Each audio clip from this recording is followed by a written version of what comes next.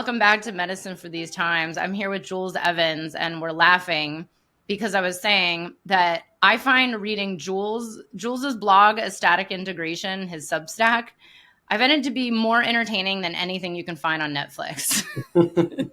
So we're going to get into it today, but Jules is an author of 4 books, director of the Challenging Psychedelic Experiences Project, and editor of Ecstatic Integration.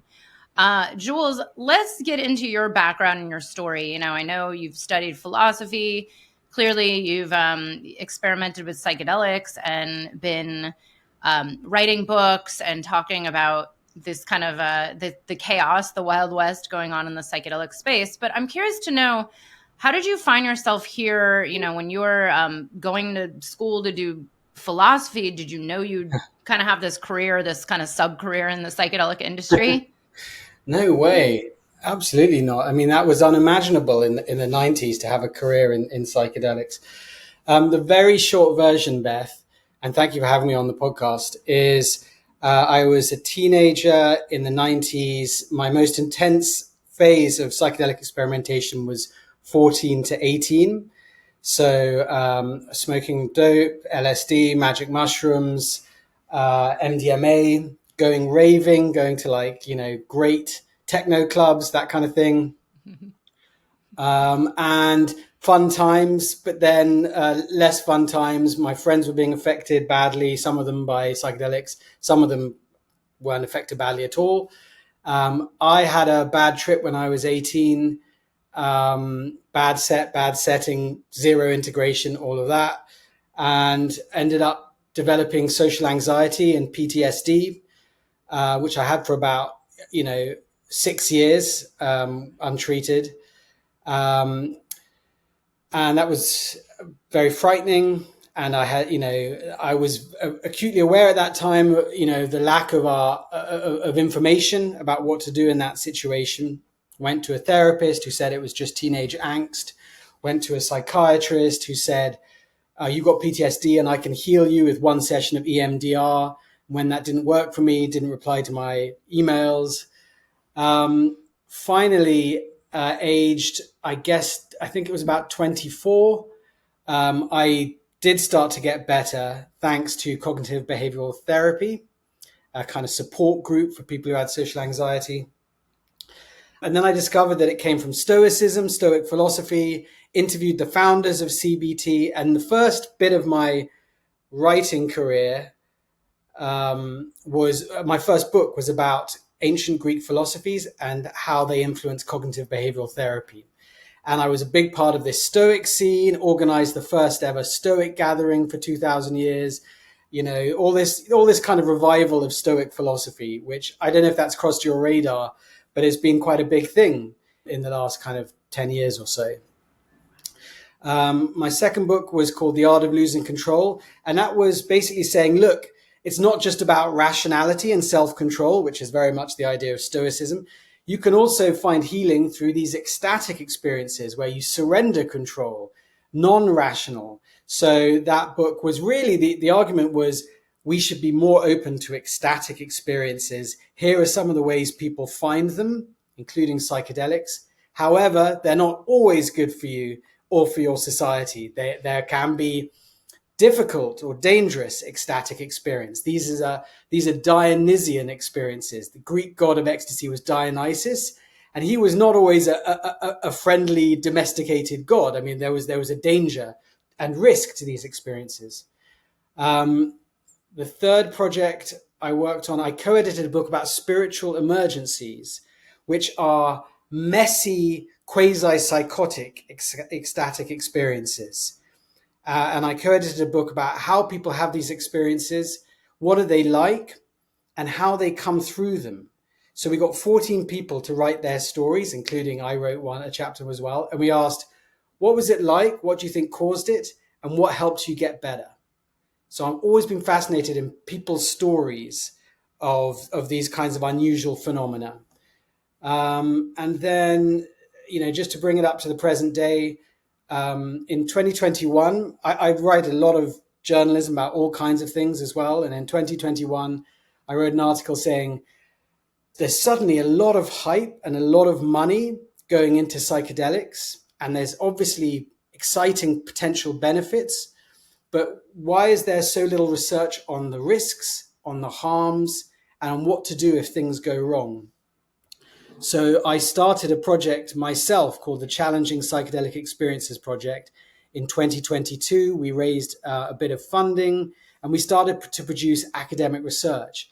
So I was then in a team with psychologists, and I'm from a medical humanities, a kind of history and philosophy background, but I was working with psychologists at University of Greenwich, University of London, Imperial College and elsewhere.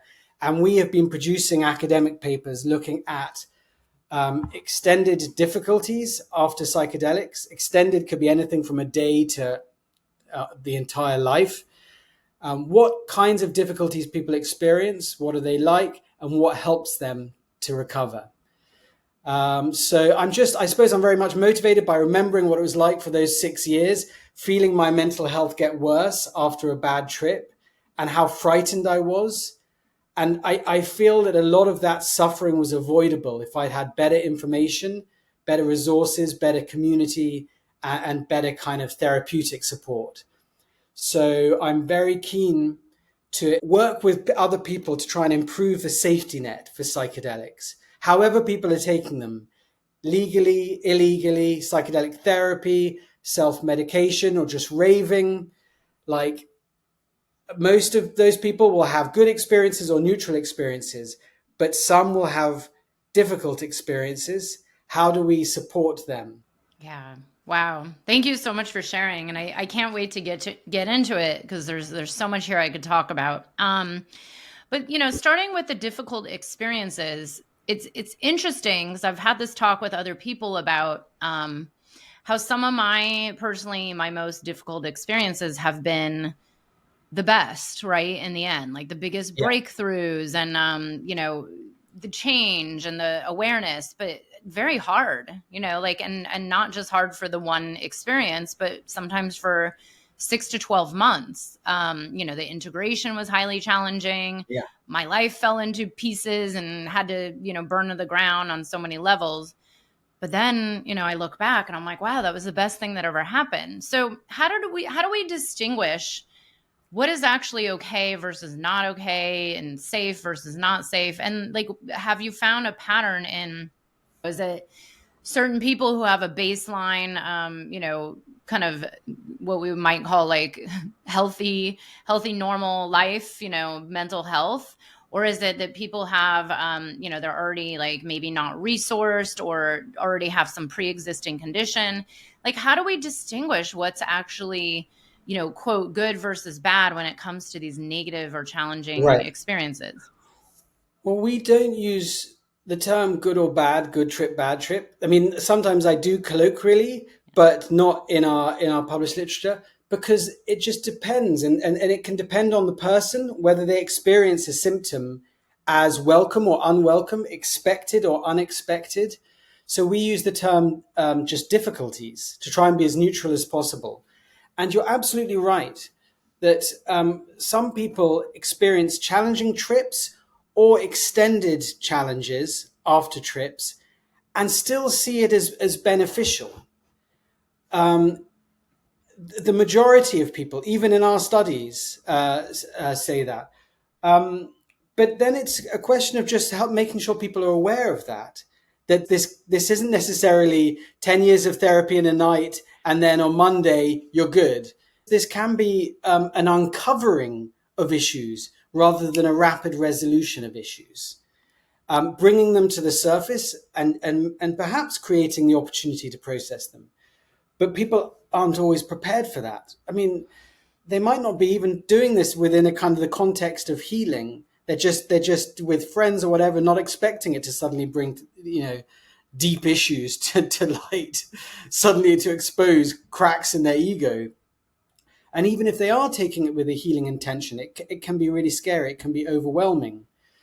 Um, are certain type of people more prone, or certain types of situations more likely to lead to extended difficulties? Yes, in our research, the old things about set and setting is right. Bad, there are, unsafe settings or unconducive settings are more likely to lead to difficult trips, and difficult trips are more likely to lead to difficulties afterwards as well. Particularly, I mean, if people don't, take more than they expected, aren't really prepared, haven't really thought it through, maybe they're quite young, not familiar with psychedelics, maybe it's their first time, these kinds of things. It makes it more likely that it's going to be overwhelming and traumatizing. There's just this feeling like, oh my God, and they panic, and they might think, this is never going to end. I'm going to be like this forever. I've broken my brain. And I remember from my experience that those kinds of beliefs on psychedelics, I remember during my difficult trip when I was 18, I had this very strong belief, oh, you've done it now. You've broken your brain. And of course, psychedelics amplify beliefs. So if you believe the universe is a wonderful place and I am loved and safe, wonderful, that's going to be amplified and that's going to ripple out into your life afterwards. But if you strongly believe I've bust my brain, I've done it now, I've blown it, that belief might be imprinted and last for a while. And then that can become a self-fulfilling prophecy. You're carrying that belief through your day, through your life. I've done it, I've broken myself. So that can take a while to heal, and it takes you know various things that, and we're basically trying to work out what helps people deal with these difficulties. And we're just finishing a paper on that. We ask people what do they find helpful in dealing with these difficulties, and there's various kinds of things people say. We got a ton of different responses, all kinds of coping techniques that people use, everything from therapy to acupuncture to cold baths, to just talking to a friend. So we're trying to work out what kinds of coping methods work for what kinds of difficulties. And that's an ongoing process. Wow. That is fascinating to hear too. Because I look back on my hard experiences, which I don't know if it's just, I know it's not just me. And I'm like, most of my experiences are hard. But there's a growth in there, but I also have a lot of resource. I have a somatic therapist who works with medicines, who knows what she's doing, who I've been working with for many years. I have the support system around me because I know if I'm going to step into these challenging experiences, I have to have like a variety of support, because I've been there. I've been at that worst case scenario where I came back from a very big experience down in like the jungles of Peru and was, near suicidal within a month, and it's Yeah. like, wait a second, this is supposed to be life changing.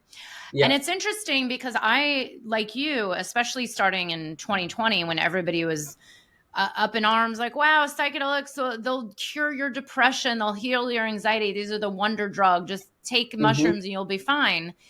And I kept saying, I was like, wow, our society wants everything in an instant. And there is, especially with all the money pouring into this industry, Hmm. there is a lot of this. And you recently published something, or I think you've been publishing multiple articles about these research cases around whatever it is, psilocybin healing depression, and they only really talk about the 10 positive experiences, but what about the three, the woman who was got worse from it. And I'm Uh-huh. wondering, like, is there a lot of this skewing by the industry? I mean, I'm sure there is, like anything, right? Like any industry that is in capitalism, which is everything. Yeah. Um, it'll all be skewed towards, oh, well, here are the positive stories. But Yeah. like, what percentage would you find is like the truth about, wow, there's miraculous healings versus some people are actually getting worse? Like, is there a 70-30 or? Um, there is a skewing, a positivity bias, and there's all kinds of reasons for that. And as you say, it's pretty standard. I'm just reading a book about the Sackler family at the moment, and back in the '60s, Arthur Sackler, who really kind of was anyway, shouldn't go down this rabbit hole, but I mean, he was in charge of the marketing for Valium, and it was like no side effects, no dependency. This became the best-selling drug in history, and it took years for people to say, I actually think it does lead to dependency. So it's quite normal. It's quite standard. that there is a minimization of harms with pharmaceutical products. And there's various issues why that's also the case, particularly with psychedelics, because of the kind of the trauma of what happened to the field in the 70s and the shutdown. And so I think funders and researchers were like, if we talk too much about adverse experiences or side effects, it's going to give prohibitionists an excuse to shut the field down again. There have been cases where people experiencing adverse events in clinical trials, and this can happen, by the way, even under the safest settings, people can have difficulties beyond the trip itself, and they weren't properly reported. And that's nothing new in pharma, but it's worth pointing out, again, so people are prepared, so they have good information and know, sometimes you might get into difficulties afterwards. It's important to write about that just so the field takes it seriously and tries to prepare to support those people. And it's been interesting reading your blog, which, by the way, I really mean it. It's been so fascinating and sometimes sickening. I read one article and I went to a yoga class and I felt literally sick the whole time. Oh, I'm sorry. Um, Yeah, sorry about that.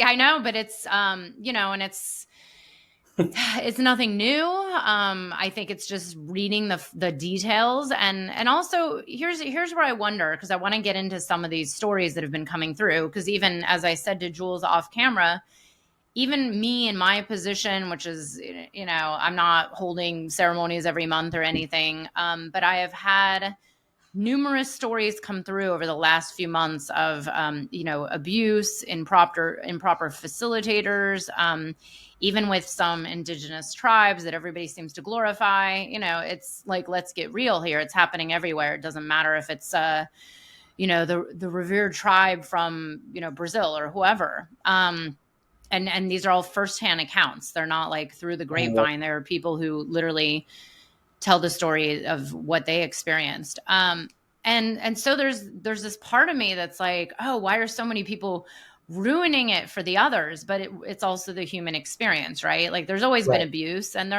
Yeah. yesterday's interview, it's like, we said, like, there will be harm, there will be abuse. But so Yeah. what do we do? Like, do we become, because there's some people out there in this, influencer world saying, we basically need to quit doing psychedelics and quit healing and just quit this. And, like, you're fine, which is kind of the extreme, I think, because there is a demand for healing and we have a major mental health problem. There's people with untreatable depression. They don't know where else to go. Mm-hmm. What do we do? Like, what is the answer? Is there a way to balance all this? Well, I think, not taking psychedelics is a legitimate choice, but, it's not really a harm reduction strategy. People are going to do them. We can try and create conditions where abuse is less likely to happen. And if it does happen, it's spotted quicker and there's better accountability. So I believe you're absolutely right that humans taking advantage of other humans is unfortunately perennial and ubiquitous. But I think there are kinds of structures and conditions where abuse is more likely to occur. What would they be? If there is a kind of when people speak up, they're shut down or shamed or silenced in some way. So kind of whistleblowers or victims, like, hey, shut up, you're going to spoil it for everyone. If leaders in the field are overly hero worshipped or guru worshipped or eulogized, and seen as almost these kind of spiritual guru figures who are infallible or divine or things like that, that makes abuse more likely. If there's a lack of accountability, if there's lack of safeguards, that makes abuse more likely. So whether people are taking psychedelics underground or overground, we can think about safeguards in place to try and kind of expect these kinds of things to happen. So you're not going to be able to stamp them out, but it's how how you deal with them when they happen. So, and then I think also we can think about what specific risks are there to psychedelics, how psychedelics can amplify certain risks. they can amplify the risk of transference and amplify projection in the people taking the drugs. So there is a, when you take psychedelics and they're given to you by someone else, you can see them as an angel, as incredible. You're so grateful. You can feel love for them, desire for them, all those things. So that's a risk people should be aware of. And then the person giving you the drugs, they can buy into that and think, I really am incredible and divine and alluring and so sexy and all those things, the counter transference. So there needs to be, they need to be educated about that and about the risks of that, because it could ruin their career. And then within communities, it can lead to these kind of cultic dynamics as well, where they become incredibly bonded together, which is wonderful. But there is a risk of conformism, lack of critical thinking, lack of speaking up, because you're so bonded together as a unit. So yes, I don't think people have to stop taking psychedelics, because these kinds of problems are to some extent just human. But we can have a conversation about it. We can be educated about it. We can call out bad behavior when it happens, and we can try to think about, putting things in place to try and protect against these natural human tendencies. And I feel that the field is underreported at the moment. Like, as you know, like most of these instances never get reported. Or people try to report them and they get shut down legally, or there's too many of these instances. But I suspect that's going to change. I think we're at a moment where this is becoming more of an open conversation in psychedelic culture, which is a sign of the growing maturity of the field, to take a positive spin on it. It doesn't feel like it at the time, but Yeah, no, this was going to be my next question, because more and more cases are coming out. What I've experienced, that I actually, as you can probably feel, I have a hard time myself, where someone unloaded abuse onto me recently. Someone who I didn't know literally called me up to tell me what happened to her. And I was like, well, what do I do with this? yeah, And this, by the way, this is now the fourth person I've heard say the exact thing. Can't afford to lose her business, can't afford to, be canceled or even sued, because of course the people that they want to call out have money and power and resources, and, the victim doesn't.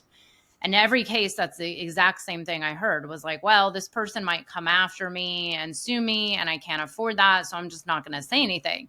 So instead, they tell people like me, and probably you and other leaders out there. And so then I'm like, well, what do I do?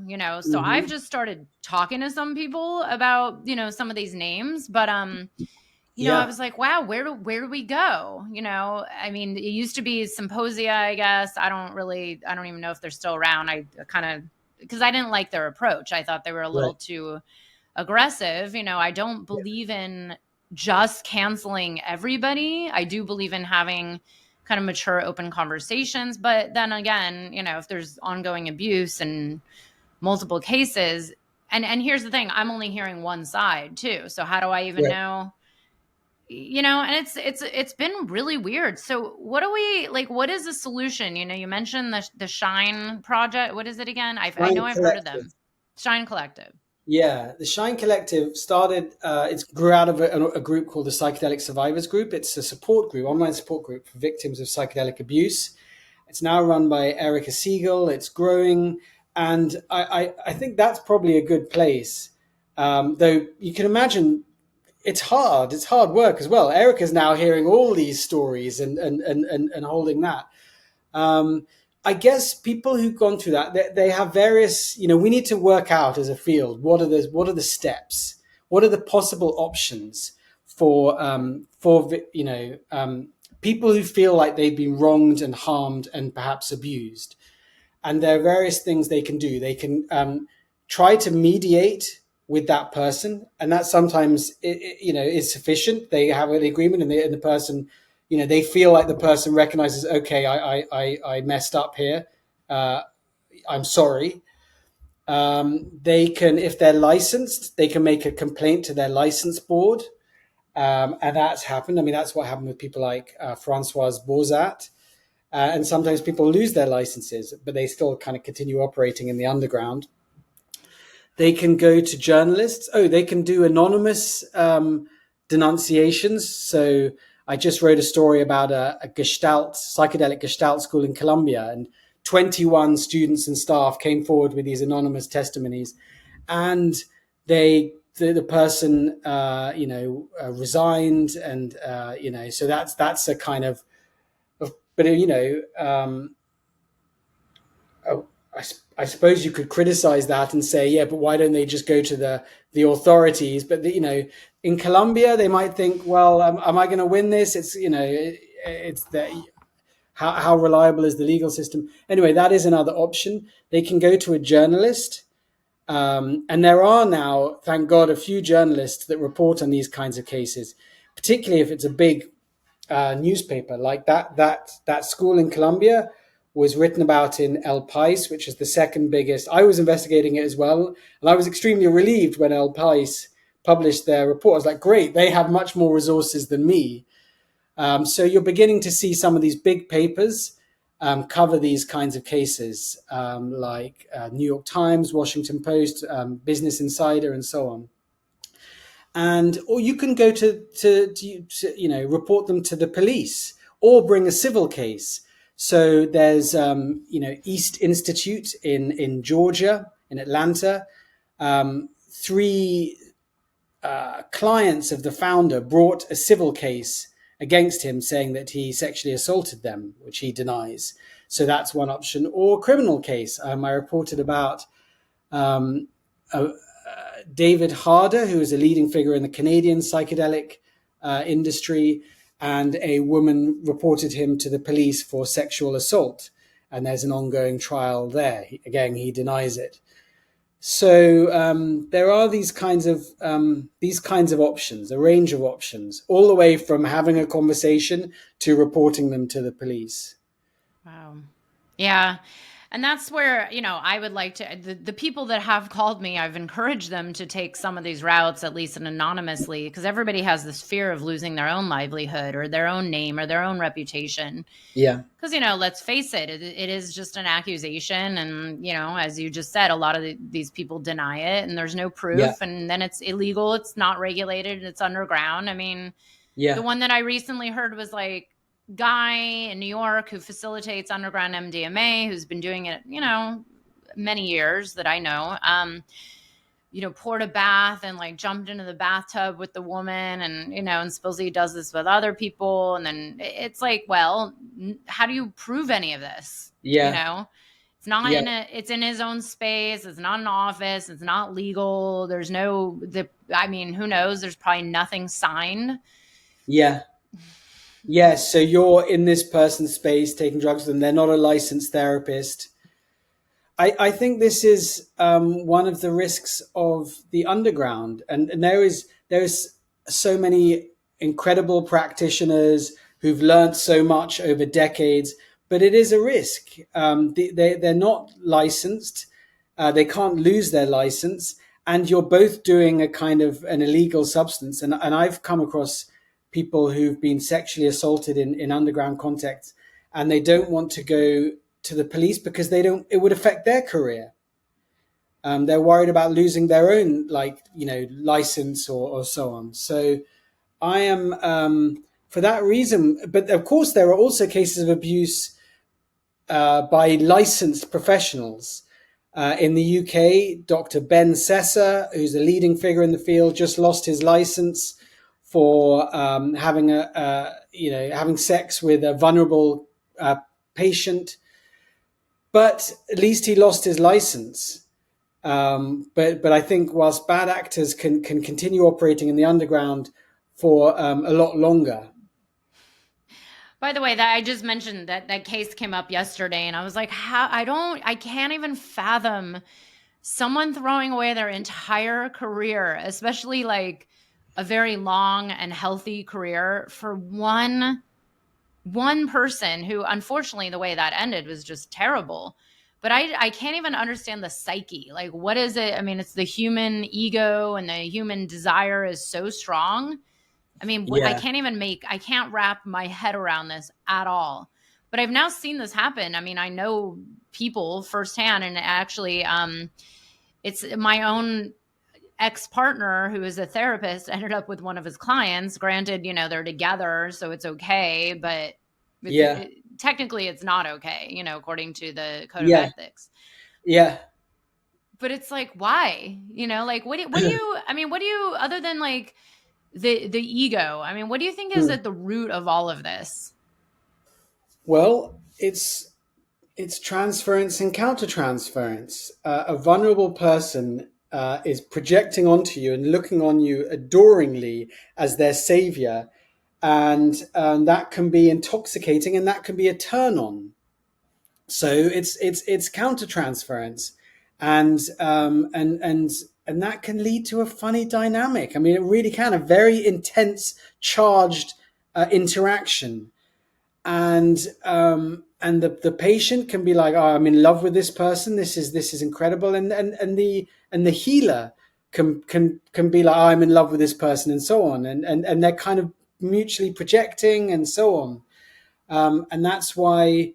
But and what's interesting is it took a while for the therapy profession to realize that it was unethical, and to come out and say it was unethical for therapists to sleep with their patients. You look back at the APA first had a code of ethics in 1953, and there was no mention that it's unethical for therapists to have sex with their clients. And it happened quite a lot. I mean, Fritz Perls, the founder of Gestalt, boasts about it. I'm just researching here at the moment. Boasts about having affairs with clients, including with married clients.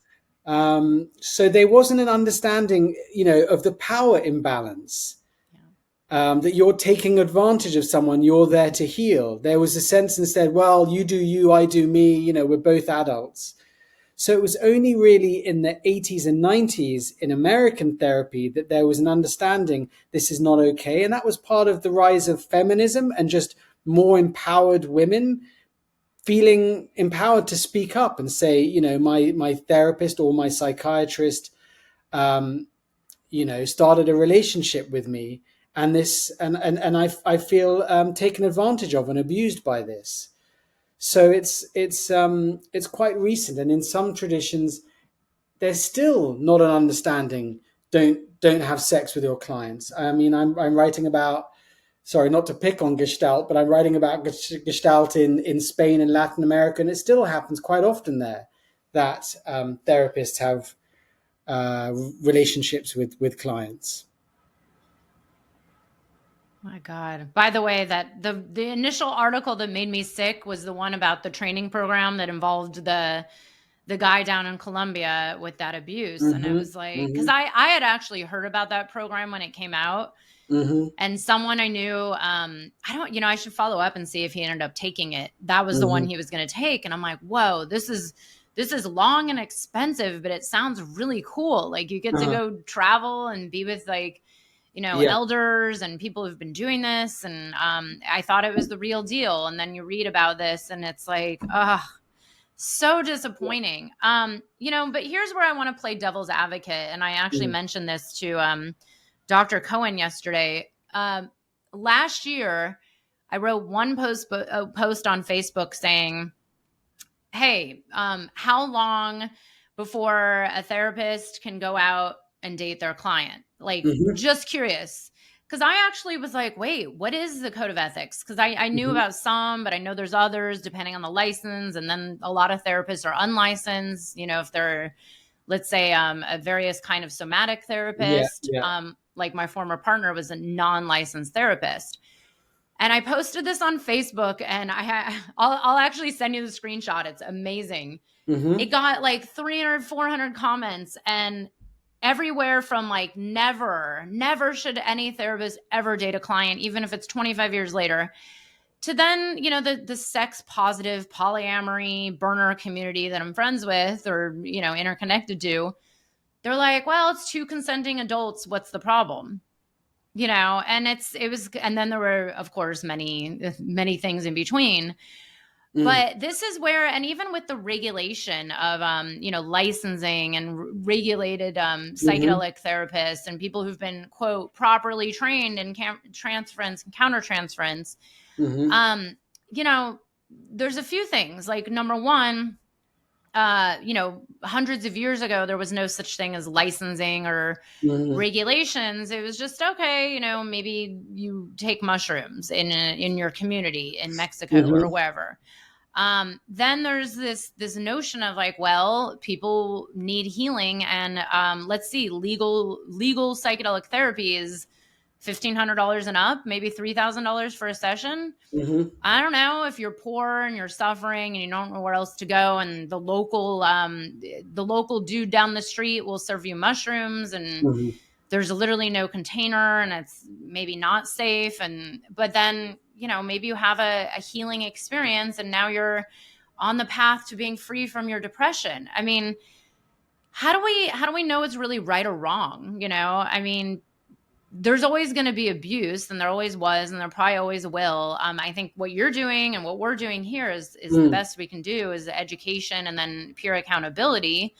But what do we say about like the lack of accessibility, the lack of education, and then what about two consenting adults? Like, my former partner supposedly is actually going to marry this girl that she was in therapy with him for 3 years. Uh-huh, uh-huh, uh-huh, Maybe they are just two consenting adults that are meant to be together forever and ever. I don't know. uh-huh, We'll see. uh-huh, uh-huh. We'll see. Yeah, I think there are power balance imbalance. There are reasons why it's unethical for a teacher to have a relationship with their student, for a therapist to have a relationship with their client, because of power imbalances, because you are there for one particular role, which is to teach them or to help them heal, and they're making themselves vulnerable, particularly as a therapist client. And so my feeling would be never. It's never ethical to have a relationship with a client, like not even to have a friendship, like because of the power of transference and countertransference. It's just the world is big. Just go and have a friendship or relationship with someone else. Don't blur those boundaries. It's yeah. So uh, that would be my sense. But there is a debate about this, and you'll know it better than me, Beth, as a therapist. I believe the APA says a 2-year rule. It's kind of bizarre, right? It's like, how quickly do you call someone after a date or something like? But they have a 2-year rule, but I'm not sure. Maybe others have a never rule, and then some don't have any rule at all. Gestalt says, you know, never commit sexual abuse, but that implies what was sometimes they can decide that sex is in their own benefits, and often when it's presented as, this is for your healing, this is for your own good. And that's how rapist shamans present it. I'm writing about a cult at the moment in Peru, and the shaman has been raping people for over a decade, and it's like, this is part of what a lucky you get to have sex with me, and this is going to help you and heal you and help your growth. It's what and this is why there's such a debate over healing touch. I can understand to hold someone's hand or to put an arm on their shoulder could be really supportive. If you're talking though about like sexual touch, then I think you need to be upfront about that, very clear beforehand. This is what I do. We're gonna take drugs and we're gonna have sex, and then okay, if you're two consenting adults, go for it. But I mean, it's extremely risky that the potential of abuse, or that someone might then come away and think that wasn't okay. But at the very least, be upfront, well beforehand. You know, this is what I do, and that would not be rightly not acceptable in any form of professional therapy. So that would be some kind of wild, underground modality. But yeah, and I don't think that would have a place in mainstream therapy. not to mention mainstream psychedelic therapy. But I understand that that kind of stuff happens in Burning Man. I just don't know. Is it healing? Um, like if people think, okay, look, we've got this, this modality, it works. Well, then I would say, well, follow outcomes. How do people feel a year later or 3 years later for any kind of healing modality? I think that this is part of doing it ethically, is trying to keep track of outcomes. Is it helping or is it harming? Um, and an awful lot of healing schools and therapy schools don't make that effort. They don't make that effort to keep track of outcomes, and I think that's unethical. That's a very good point, is actually to like actually do the research on the outcomes. It's been interesting because I have heard stories about people saying, well, this is your sexual trauma healing. Like, do you know, I'm sure you know ISTA, right? International School of Temple Arts. Have you heard of them? Yeah. Yeah, I haven't got. I mean, people mention it to me. I've never really dived into that story, Oh, but it was a kind of famous tantra, big tantra school, and there was a lot of abuse. Is that? I mean, here's the thing. I've met so many people who've said it was so amazing. It was life changing. It was wonderful. It was healing. I mean, I've heard all the positive stories. I've heard a couple negative stories. There's been a lot of negative stories written, but it's interesting. I mean, the one thing that I personally find not ethical is that they don't tell you what you're going to actually be doing there.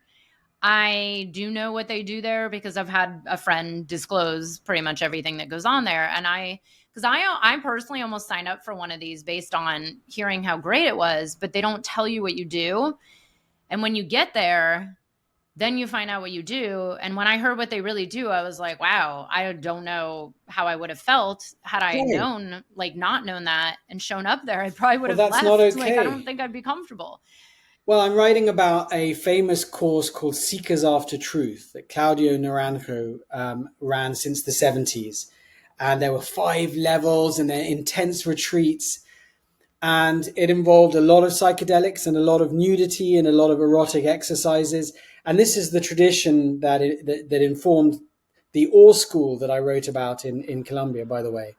And I say exactly the same thing about Naranjo's course, which is still going, even though he died in 2019. As I said about this Awe School, it's fine to do hardcore psychedelic and erotic group exercises among consenting adults, but tell them about it beforehand. No, and there was very little informed consent at Seekers After Truth or at this or school.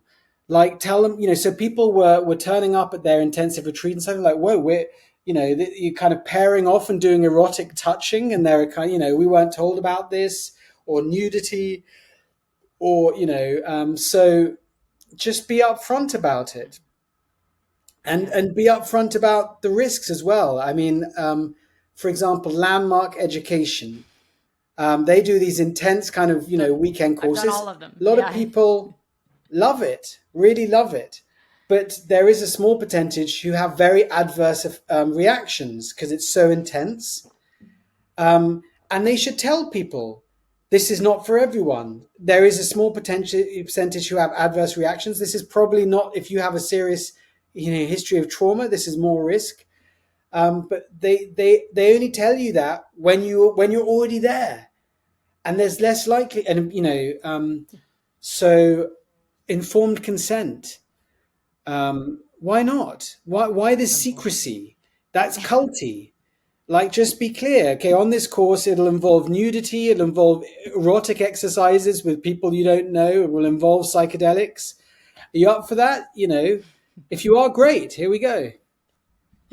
Super simple, right? Yeah, you're Yeah. right. It's funny because I've done some of these programs. I did Landmark back in the 90s, and I handled it well, but yeah, I thank God I've always been pretty smart to read between the lines and take what I need and leave the rest. But yeah, I saw people get completely re-traumatized, and I've seen people get really re-traumatized and with psychedelics. It's something that's very common, and thankfully you're writing about and talking about. But it has been interesting to navigate this space with so many people. With it's getting extreme. People are telling you what's right or wrong, what not to do, and who should be doing it. And there's always this argument of like, well, the what I always say is like, how many of us have been to really bad doctors that have been practicing medicine for 30 years, like, or a surgeon who botched my mom's back surgery, who's 65 years old. Well, let's see, licensing, experience, education doesn't necessarily mean good. So maybe the person who's only had 1 year of facilitating medicine space, maybe they are amazing. I don't know. I mean, who's to say? But I think, having these conversations, being discerning, and creating, the spaces to go somewhere and at least be able to report them without fear. But Mm. I want to ask you some things about what do you think of what's happening with this whole psychedelic industry? Do you think there's like, is it going at all in the right direction? Like, do you think this is a positive, growth, the interest, the money going in, the venture capital? I mean, right now, maybe it's kind of softening a little. I think the kind of craze reached a little bit of a peak, and maybe now it's weeding some people out. But do you think this is like generally for the greater good of all? Like, do you think there's going to be a mass healing happening on planet Earth over the next 20, 30, 40 years? I'm not sure. I'm agnostic. I'm just not sure. I think there are inflated claims. Like, I don't think that psychedelic drugs are going to lead to a net zero trauma world by 2070. So Like Godwin, yeah, right? I don't. Yeah. Psychedelics are interesting, but I don't think they're necessarily going to be that different to other drugs, which is they're going to help some people, but they're going to have some some side effects as well, and some bad effects too. I'm all for research, and I'm all for potentially new treatments that help people when other things don't. So in that sense, I don't though I sometimes have a kind of critical voice, I don't want to stand in the way of you know people getting treatments when they're desperate, and potentially new treatments are arising. So in that sense, I'm I try to kind of be balanced and open to the possibility that these really could be new medicines that help a lot of people. Um, I do have concerns about the kind of mass rollout of psychedelics, because there's how they're done, in really good retreats or in really good clinical trials, and then what I, if they're done not very well or badly, then the harm gets amplified with psychedelics. So I wrote about a clinical trial, and there were, you know, it was done in a tiny little room without windows No in a idea. strip mall, and they had to lie on just a couch. And the team, were not very empathetic, who were facilitating it, and they were like, "We're not here to guide you. We're just here to minimize harm." That's what they said, or something.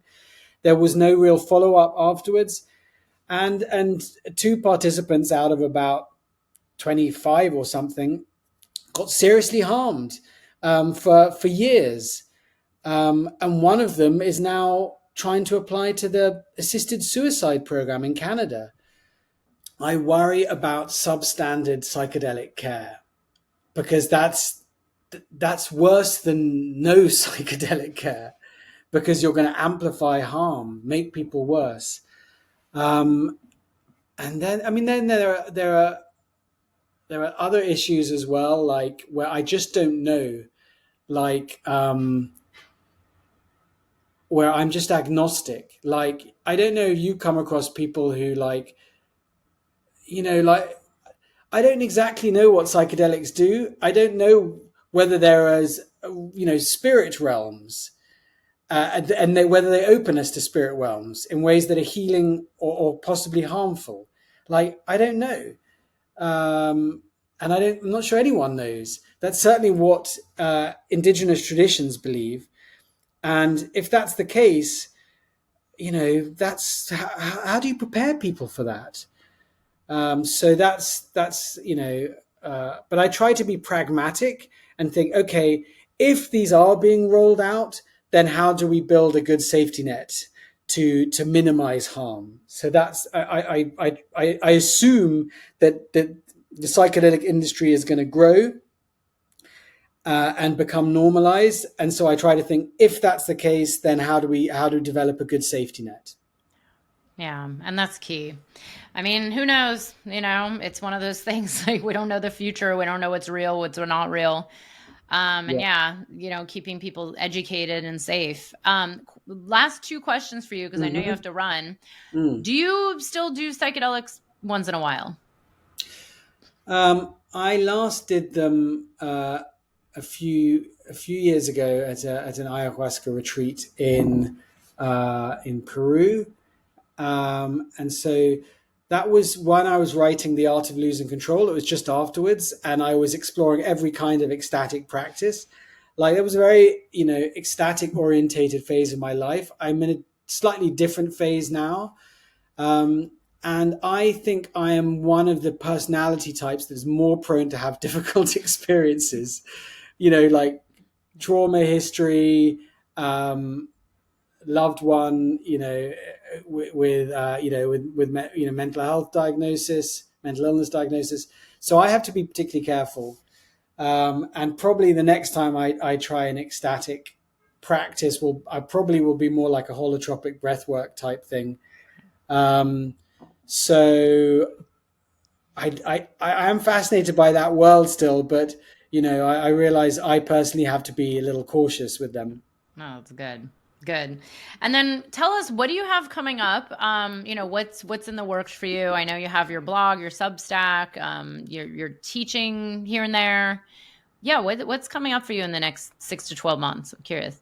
Yeah, so well, we're continuing with the Challenging Psychedelic Experiences project. We're producing lots of research. We're producing a paper on what helps people cope with difficulties, a paper on existential confusion after psychedelic experiences, and what that's like and what helps people deal with it. We've just finished a chapter on cult dynamics and psychedelics. I'm fascinated by that. And we're organizing an event next week. I'm not sure when this is going out, but with Steve Hassan, who's a cult expert on that. I think there's lots of work to be done on kind of cultic dynamics in psychedelic culture and organizations.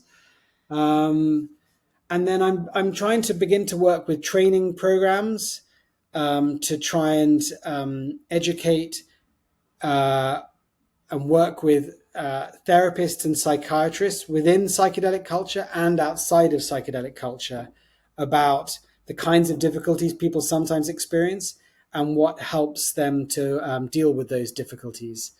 Um, and really, the goal for the next year is to try and think about how do we improve the psychedelic safety net, what should be the priorities, and what should we work on.